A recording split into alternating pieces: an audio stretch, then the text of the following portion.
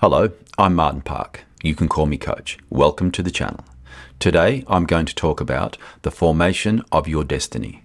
I started working full-time when I was 14 years and 6 months old. This was the earliest anyone was allowed to leave school back in 1971, and to do so you needed an approval letter from a parent, which I got from my mother.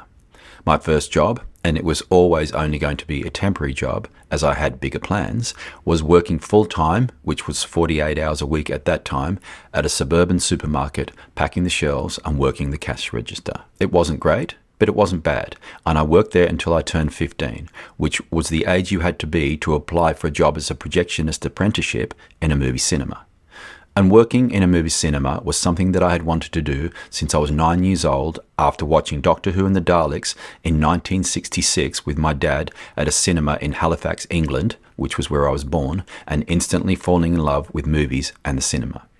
So the moment I turned 15, I applied for a job at Hoyts Theatres and I got it.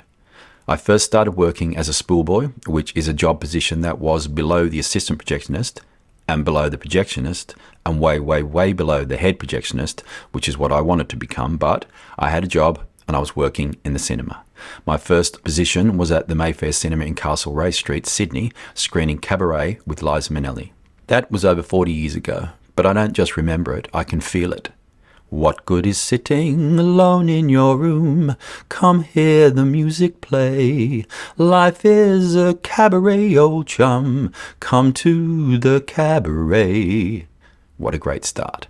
There were two shifts, the morning and the afternoon, and I worked the afternoon shift, which started at 4:30 p.m. and finished at 11 p.m. For me, the same passion that I had to get out of school and start working also extended to my need to be independent. So 3 weeks after starting my new job as a schoolboy, I moved out of my family home and into a small one-bedroom furnished flat of my own in Cronulla. And this was good for me, as I had the money now, and my mother had insisted on making sure that all her boys knew how to shop and cook and clean and wash and iron, so I was fully covered. Along with now having to do everything for myself, it also took me an hour and a half on the train to get to work, and the same coming home. But none of that mattered to me, because in my head, I was working in show business. Going to work, I would get off the train at Town Hall Station and walk to the cinema from there. And on the walk from the station to the cinema, I would pass a bookshop in Clarence Street called the Adyar Bookshop. And I remember when I walked past it for the first time, I didn't just see it, I smelt it, as they were burning some strange incense sticks at the front door to let everyone know that they were different. They weren't like the camera shop that you just passed, or the sandwich shop, or the clothes shop. They were different. The Adyar Bookshop was a mind, body, spirit bookshop specializing in metaphysical and alternative books, and it had been open since 1922. They had an extensive range of books covering subject areas such as astrology, paganism, Buddhism, Christianity, Islam, Hinduism, comparative religion, Eastern medicine, Ayurvedic medicine, alternative health, alternative education, Jungian psychology, mythology, self-help, psychology, spirit teachings, theosophy, Western mysteries, yoga, and many more subjects. Once I found this shop, which I am so glad I did, my daily routine was to get there by 12 p.m, then sit on the floor and read until 4 p.m, which then gave me enough time to get to work by 4:30 p.m. Perfect. I went every day, 6 days a week, sitting on the floor and reading and learning mind-boggling things. And looking back, I didn't realize it at the time, as I was so focused on all the reading and learning, but the people that worked in the shop were very kind and supportive of some skinny young boy coming in every day and reading without ever buying anything. They would often bring me cups of herbal tea to sip as I read, or ask me if I would like a sandwich or some fruit or something, which was lovely of them. So that was my 6-day-per-week routine. Bookshop and read, then work at the cinema. And on my 1 day off per week, I would go and see 2 to 3 feature films at different cinemas, as I could go to any cinema for free as I worked in the industry. And I saw everything. I could even get into the R-rated movies, which were only for people over the age of 18, so I saw a lot. And this simultaneous job plus bookshop routine went on for the entire 3 years of my projectionist apprenticeship, and I loved every minute of it. But in 1975, when I had finished my apprenticeship, the full automation of cinemas came in, which changed the nature of the job as a projectionist entirely. There was no more interaction between what I did and what the audience experienced, so I was no longer in show business. I was just a button pusher, and that was sad for me, but inevitable, as everything that could be automated was becoming automated.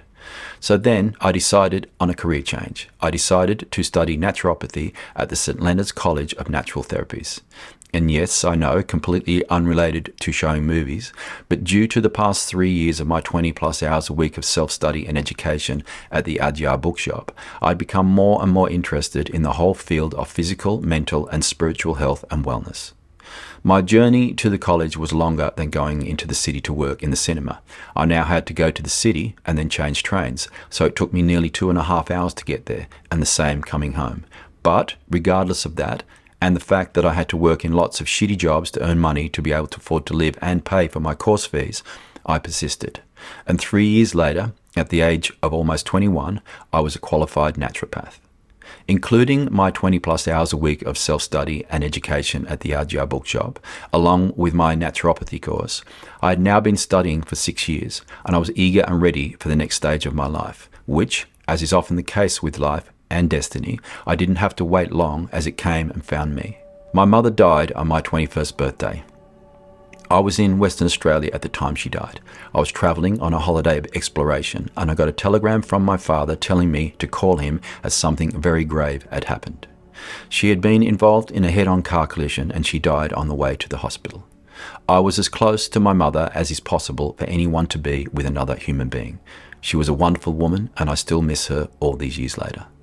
This was a massive shift and a huge tragedy and something that I had never experienced before. Shortly after her death, I experienced my first panic attack. I was sitting in a cinema, a place of comfort and security to me, and at some point in watching the movie, I had an incredible and irrational urge to get up and run out into the street, as I felt that something terrible was going to happen if I didn't. So I did. I ran out into the street in a panicked mess. And that began a 2-year journey of my own into mental and emotional disorders, and particularly stress, anxiety, depression, and chronic panic attacks. I am by nature a fighter, not in a I will punch you in the face sense, but in the barring death I will never give up sense. And I believe this is a largely positive trait and one that I have retained throughout my life. But in relation to anxiety, stress, and panic attacks, it was not only useless, it was keeping me trapped and stopping me from recovering. Unfortunately, I was unaware of this at the time, so I continued to try and fight my way out of it with everything that I had. But my fighting proved completely useless and ineffective. 6 months after my first panic attack, I had a complete breakdown and ended up in hospital, where I stayed for 3 weeks, followed by 6 more weeks in a psychiatric hospital. Not good, but while there, in amongst talking to doctors and specialists and whoever else came along, there was a nurse, a lovely nurse, a woman in her 50s who worked on the ward that I was on and who knew of my circumstances, and we struck up a friendship. And on the day I was discharged, she gave me a book. It was titled Self-Help for Your Nerves by Dr. Claire Weeks.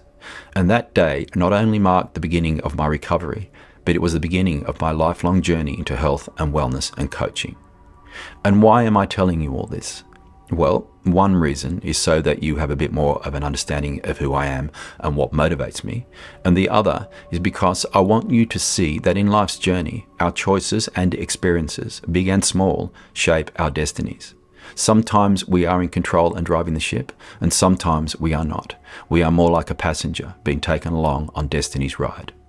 As you navigate your own journey, I want you to remember that your destiny is not set in stone. It is a work in progress, and a work that is waiting for your choices and passions to breathe life into it.